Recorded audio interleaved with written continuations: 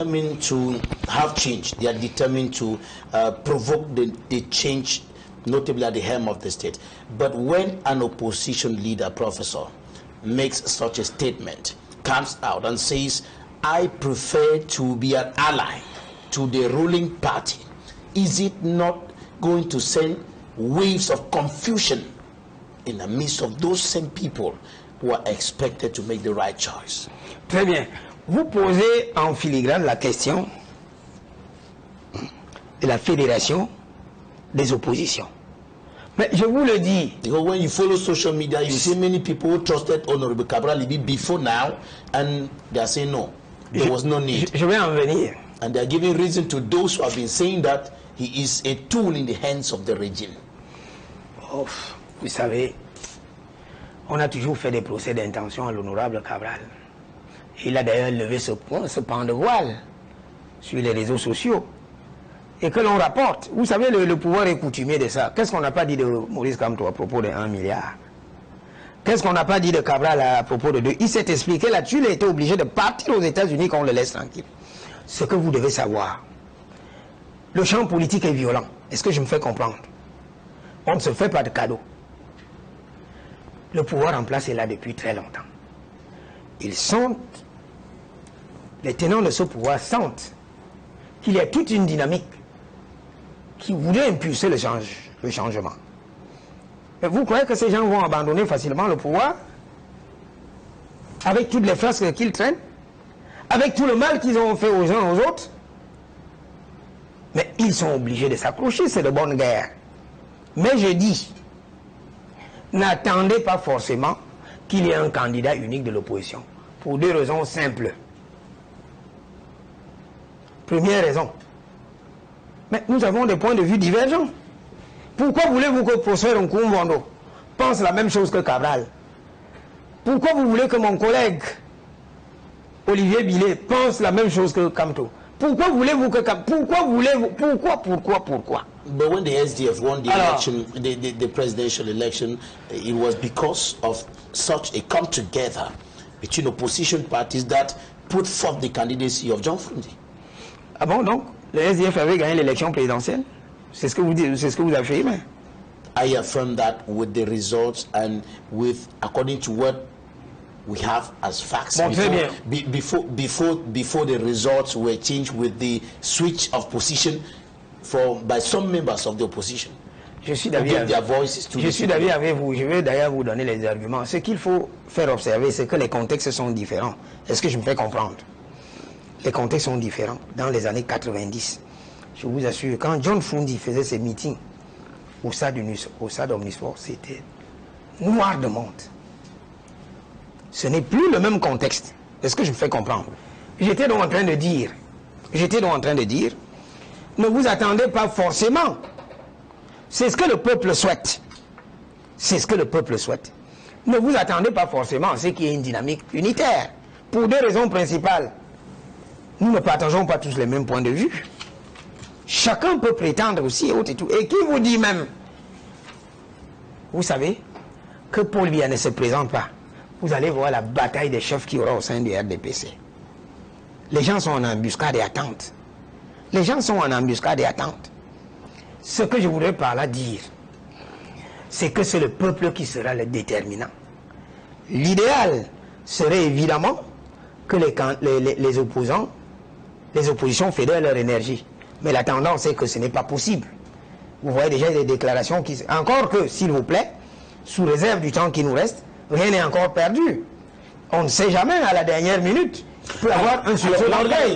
Là, vous comptez, là, vous insistez sur la capacité du peuple à décider de changement de paradigme.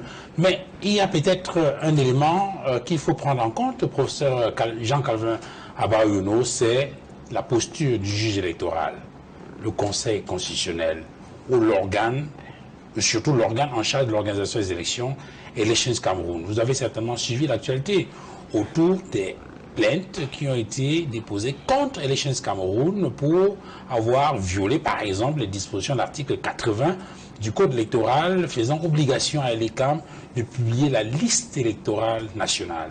Est-ce que pour vous, ce n'est pas un acteur majeur? Est-ce que ce n'est pas un enjeu important pour la clarté, la transparence du processus électoral qui devra déboucher sur la désignation du prochain président de la République? Très bien. La vérité est qu'il faut vous dire, que ce soit Election Cameroun ou alors le Conseil constitutionnel, il s'agit là des institutions qui, au plan du droit, sont censées être indépendantes du pouvoir, mais qui sont entièrement acquises au pouvoir. Il faut déjà intégrer cela.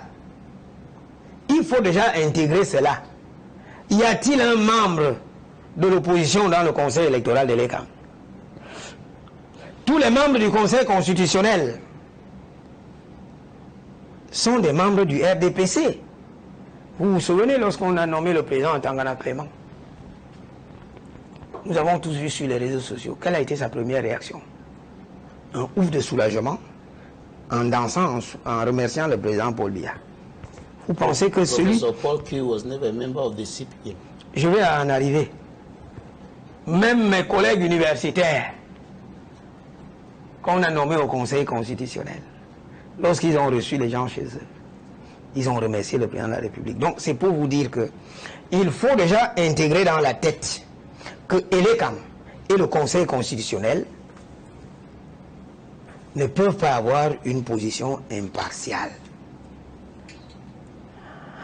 Tout simplement pourquoi c'est des institutions et des organes qui ne sont pas suffisamment audacieuses en intégrant le devoir d'ingratitude. On me nomme, je fais mon travail. Si j'ai dit que le peuple était l'élément déterminant, je vais en venir. Déjà de 1, les inscriptions massives sur les listes électorales, c'est un indicateur, hein? C'est un indicateur. Regardez lors de la dernière élection présidentielle. Tout compte fait, tout calcul fait, Paul Biya, lui tout seul, avait eu près de 2 millions de voix. Mais à l'heure actuelle, s'il vous plaît, près de 2 millions de voix, sur 6 millions, il y a donc pratiquement 3 millions, dont 50%, qui n'ont pas voté. Qui n'ont pas voté. Mais il faut qu'il y ait un sursaut d'orgueil. Et avec les inscriptions massives sur les listes électorales, et avec les inscriptions sur les listes électorales, vous verrez que les gens ont soif du changement et le moment venu, ça va arriver. Mais alors la condition, pour que le peuple soit déterminant, il y a 2 conditions. Vous savez ce qui se passe dans les bureaux de vote? Il faut dire ça aux Camerounais. Je prends appui sur ce que je sais dans mon sud natal, que j'ai réussi à mon niveau, à mon échelle de critique, à exorciser un tout petit peu. Parce que je me souviens, le Sud était une terre de sainteté politique, où ce n'était que RDPC, voyez. Mais avec ma critique acerbe, ça a été très difficile. Vous en avez qui m'ont combattu, vous en avez qui m'ont insulté, il y a des agents du pouvoir qui envoyaient des gens m'insulter, mais je puis vous assurer que le travail fait produit déjà des résultats. J'ai joué mon rôle d'éveil des consciences et vous avez une forte opposition au Sud à l'heure actuelle. Les gens veulent en découdre. L'unanimisme d'attente, là, ça ne va plus prospérer. Les jeunes souffrent. Est-ce que vous savez que vous avez des étudiants de doctorat? Des gens, des Camerounais qui ont des doctorats depuis 10 ans qui ne travaillent pas. J'ai été obligé en ce qui me concerne. J'ai été obligé en ce qui me concerne. Un candidat que j'ai dirigé en thèse de doctorat, Agnès Rodrigue, que j'ai usé de mon pouvoir pour l'envoyer en France. Et il est maintenant un jeune enseignant dans une université française. Vous croyez que c'est de gaieté de cœur qu'il est allé là-bas? Les gens en ont marre à l'université. Mais avant de répondre, de venir au déterminant du peuple, je vais vous prendre un cas très concret pour vous montrer à quel niveau au Sud les gens en ont marre. Les recrutements à l'université. Déjà sur un plan générique, j'avoue que je ne conçois pas qu'un titulaire de master soit recruté et on laisse sur le carreau un titulaire de doctorat. Voilà la situation qu'on vit à l'université. Et un exemple très concret. Lors des derniers recrutements à l'université, à la faculté des arts, lettres et sciences humaines, le département d'histoire, document à l'appui, après l'appel à candidature, qui a fait l'objet de manœuvres de contorsion, c'est-à-dire que vous avez des candidats qui avaient déjà l'information, qui ont eu le temps de faire les dossiers, mais on a ouvert, on a publié 4-3 jours pour ne pas permettre. Mais là n'est pas le problème. Je vous prends 2 cas concrets. Vous avez un étudiant du nom de Zeze Franck, qui était classé 28e sur 38 candidats. Et un autre, qui est titulaire de master. Et un autre, vous connaissez bien David Eboutou, vous savez, qui écrit beaucoup sur les chroniqueurs, David Eboutou. David Eboutou est titulaire d'un doctorat. Depuis 2020, obtenu avec mention honorable. Et félicitations du jury. David Eboutou était classé 4e. Sur 9 candidats, sur 9 fausses ouverts, est-ce que vous savez que son nom a sauté de la liste? Parti de l'université. Son nom a sauté de la liste, parti de l'université. Et on retrouve sur la liste, je vais en venir s'il vous plaît, on retrouve sur la liste ce Zeze. C'est pour vous dire que les gens en ont marre au sud. Prof, et ça va s'arrêter. Pour venir maintenant, un élément déterminant, s'il vous plaît, permettez, je n'oublie pas le fil. Je vous ai dit que le peuple, qu'est-ce qui se passe dans les bureaux de vote au sud? Et peut-être qu'on peut généraliser, mais je parle de ce que j'ai vécu. Un phénomène, un double phénomène. Les votes des citoyens et des électeurs ne servent carrément à rien. Pourquoi? Parce que les agents du pouvoir en place ont cette manie de corrompre le représentant de l'opposition qui sort de la salle et il reste changer les bulletins de vote. Voilà ce qui se passe. Or, à l'heure actuelle, on procède à une éducation citoyenne des électeurs. S'inscrire massivement sur les listes électorales, surveiller leur vote parce qu'il faut être présent au vote. Il faut être présent jusqu'à la fin de décompte. Et avec les moyens de communication actuels, WhatsApp, dans chaque bureau de vote, on compile les résultats. Alors, en espérant qu'on ne va pas couper... Et en espérant, effectivement, alors, enfin, il faut sensibiliser les représentants de l'opposition sur ce phénomène de corruption. Parce que quand vous acceptez d'être corrompu, non seulement vous hypothéquez votre avenir, mais également vous hypothéquez l'avenir de l'ensemble de la nation qui a besoin de changement.